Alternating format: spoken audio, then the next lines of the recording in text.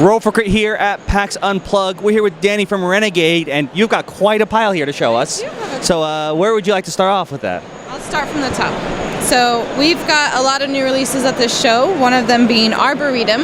This was an older game that we got and did a reprint of. So we did all new artwork by Beth Sobel. It's quite beautiful. If you don't know, this game is a cutthroat filler game. So we're going to be playing cards and trying to make the most beautiful arboretum.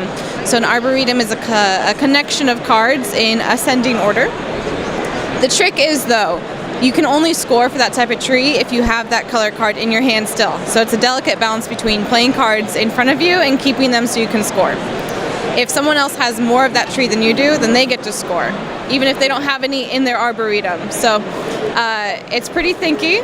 It takes about half an hour to play. It's a great two-player game. Yeah, I actually got to get it at Gen Con, so I played it with Jonathan, and it was very funny. It's a weird Zen competitive, because it was one of those moments where, like, I know he's collecting pine trees, and you see the person take that pine tree, and he's like, I wanted that.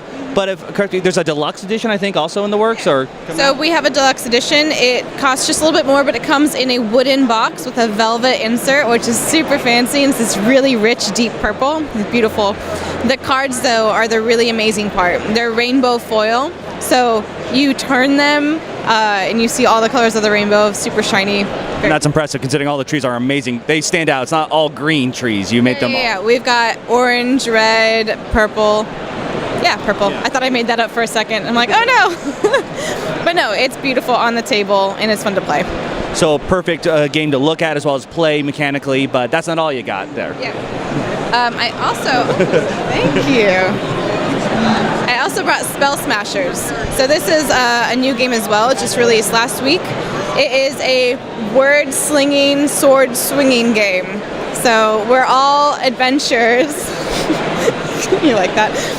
We're all adventurers. We're in a fantasy setting, so rogue, warrior, whatever.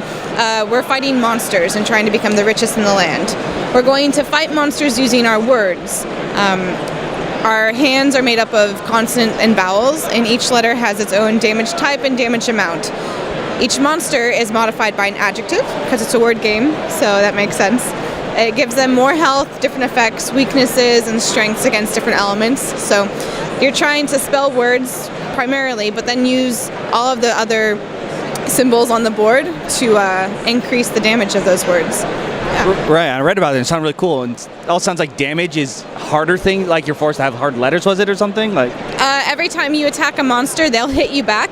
And damage is in the form of wound cards. So you'll draw X amount of wound cards, and those wound cards are difficult combinations. So like ING, ED, X, right? Letters that are less common than A, B, C, D. And I'm sure there's the dreaded Q in there as well. Q, QU, yes. It is the Quetzal as a monster, but it's also a wound. So, yeah. Yeah, no, we're big fans of spelling games, even though my spelling is horrendous. Yeah. We still have a lot of fun with that. So giving it the combat theme mechanic is just a great idea, it sounds. And because actually if you think of more weirder monsters, they have some weird spelling, so you could probably have some fun with that, as you said with like Quetzal.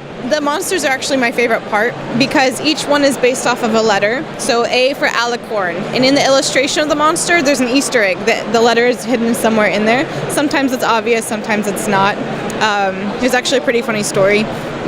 Before we released this game, we were teasing artwork, and I revealed a picture of the pixie.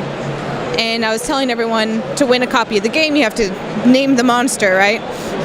And I was like, there's a letter somewhere in it. Find the letter, that's your hint. So of course, it's pink pixie, there's a P somewhere on it. And everyone's like, fairy, fairy, fairy. I'm like, nope, there's a P. And they're like, pink fairy. Not quite. Any jackals? No jackal? No jackals. I don't remember what J is, but it's not that. So perfect for anyone who likes Scrabble, wants to actually have a bit more game out of it. Exactly. Yep. And a bit more of a challenge. But of course, that's not all you have to show. It's not all I have to show. Thank you. I also have Gunkimono, which we had at Gen Con as well. This is a tile laying and area control game. So the rules are super simple. On your turn, you place a tile. You are connecting different colors to increase your territory, and you'll get victory points based on all of the connections next to the tile you placed.